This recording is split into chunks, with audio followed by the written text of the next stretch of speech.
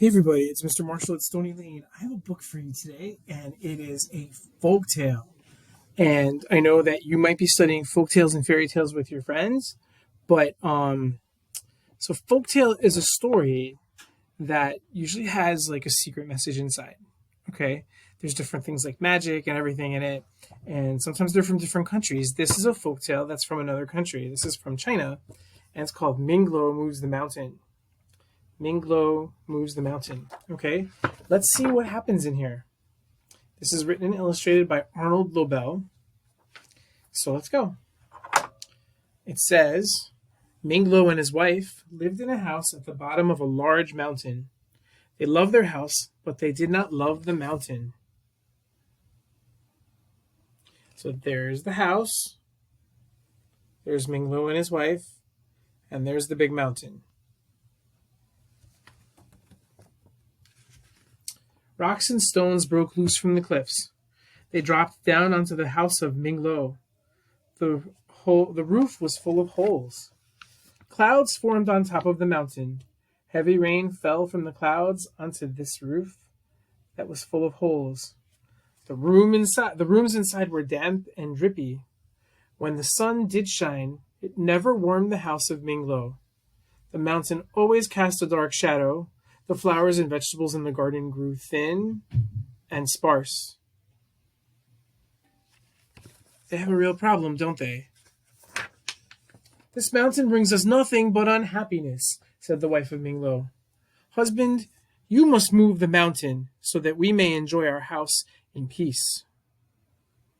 So how does a husband move a mountain? Let's find out. My dear wife, said Ming Lo, how can one small man such as I move a large mountain such as this? How should I know, said his wife. There is a wise man who lives in the village. Go and ask him. Do you think that they're going to figure this out? Let's find out. Ming Lo hurried to the village. When he found the wise man, he said, I want to move the mountain that is near my house. The wise man thought for a long time. Wisps of smoke curled from his pipe. Finally he said, Go home, Ming Lo. Cut down the tallest, thickest tree you can find. Push this tree against the side of the mountain with all of your strength. This is the way that you will move the mountain.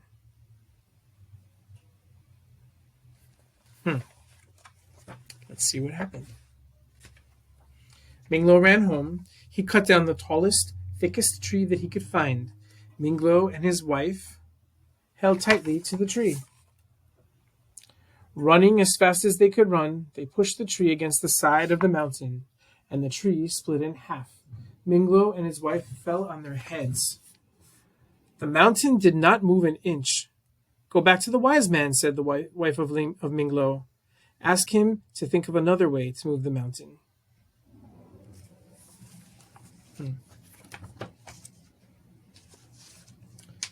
Again the wise man thought for a very long time. Rings of smoke blew from his pipe. Finally he said, Go home, Ming Lo. Take the pots and pans from your kitchen. Hold a spoon in each one of your hands. With these spoons, hit the pots and pans as hard as you can.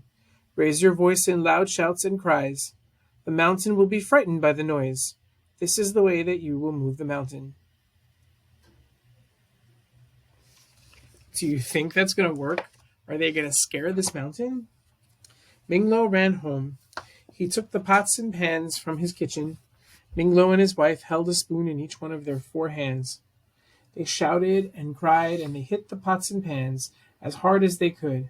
They made a great noise. Flocks of birds flew out of the trees, but the mountain did not move at all. Go back to the wise man, cried the wife of Ming Lo. We must find a way to move the mountain. Ming Lo watched as the wise man thought for a very long time. Clouds of smoke billowed from his pipe. Finally he said, Go home, Ming Lo. Bake many cakes and loaves of bread. Bring these to the spirit who lives at the top of the mountain. The spirit is always hungry. He will be happy to receive your gifts. He will grant your every wish. This is the way that you will move the mountain. Are you able to come to room 6 to help?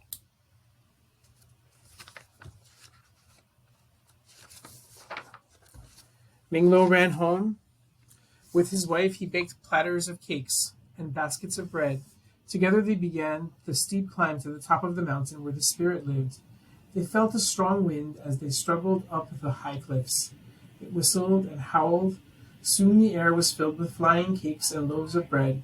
There was nothing left for the spirit, and the mountain did not move. Without waiting for his wife to say a word, Ming Lo went quickly back to the wise man. "Help me move this mountain so that I may enjoy my house in peace," said Ming Lo. The wise man sat in a deep thought for a long time. There was so much smoke coming from his pipe that he could hardly be seen. Finally he said, "Go home, Ming Lo. Take your house apart, stick by stick. Gather all these sticks that are the pieces of your house. Collect all of the things that are your possessions. Bind everything into bundles with rope and twine. Carry these bundles in your arms and on the top of your head. Face the mountain and close your eyes."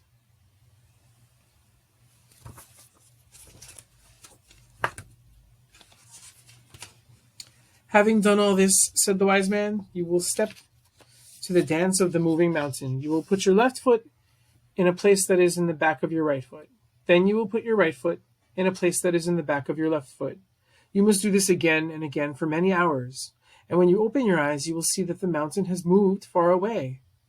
"This is a strange dance," said Ming Lo, "but if it makes the mountain move, I will do it at once."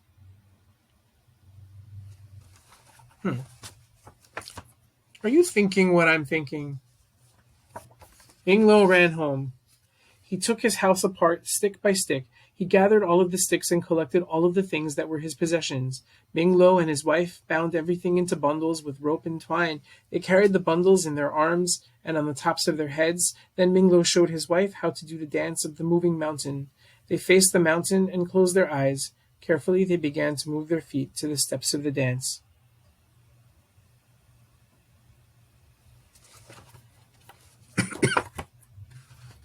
They each put their left foot in a place that was behind their right foot. And then they each put their right foot in a place that was behind their left foot.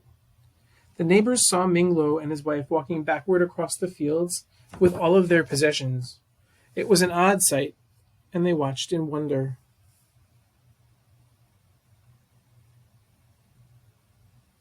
Do you see what's happening? After many hours had passed, Ming Lo and his wife opened their eyes. "Look," cried Ming Lo, "our dance has done its work. The mountain has moved far away."